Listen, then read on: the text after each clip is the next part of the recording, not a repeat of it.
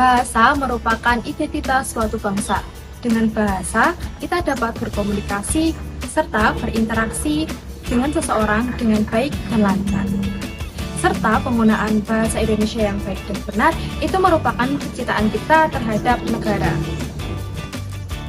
Halo, aku Siti Nurjana. Di video kali ini, kita akan membahas tentang penggunaan bahasa Indonesia yang baik dan benar melalui pamflet, banner, spanduk yang ada di tempat ini. Di zaman sekarang, penggunaan bahasa Indonesia yang baik dan benar itu semakin menurun dikarenakan adanya serapan dari bahasa asing, penggunaan bahasa gaul seperti anak muda zaman sekarang, dan lebih condong atau penggunaan bahasa tradisional dalam penggunaan pamflet, banner, serta brosur seperti itu. Jadi ini merupakan tantangan bagi mahasiswa, terutama mahasiswa program studi bahasa Indonesia dalam membenarkan hal tersebut.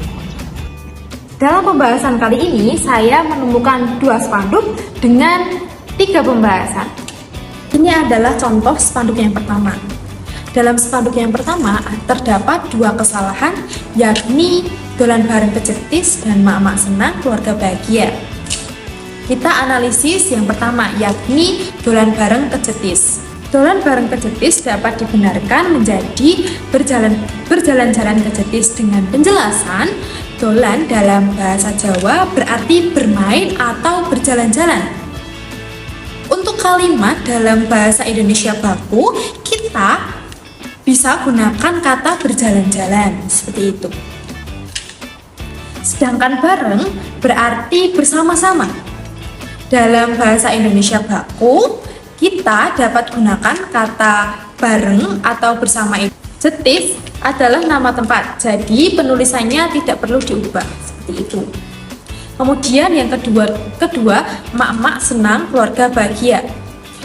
Dapat dibenarkan menjadi ibu-ibu senang keluarga bahagia dengan penjelasan. Mak-mak adalah bentuk jamak dari kata mak, yang merupakan panggilan informal untuk ibu dalam bahasa Jawa. Dalam bahasa Indonesia baku, kita gunakan kata ibu-ibu. Kata senang dan bahagia sudah sesuai dengan EYD. Kalimat lengkap yang sudah dibenarkan menjadi berjalan-jalan bersama kecetis membuat ibu-ibu senang dan keluarga bahagia. Seperti itu. Kemudian spanduk yang kedua, yakni kalau nggak bisa tutup pintu, nggak usah buka pintu, silahkan terbang saja. Kalimat yang sudah dibenarkan menjadi jika tidak bisa menutup pintu, jangan membuka pintu, silahkan terbang saja. Dengan penjelasan, kalau enggak diganti dengan jika tidak. Bentuk enggak atau enggak merupakan sikatan yang tidak baku. Bentuk baku yang sesuai adalah jika tidak.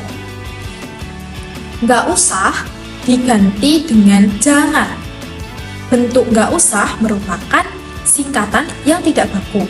Bentuk baku yang sesuai adalah jangan. Kemudian tutup pintu ada dan buka pintu.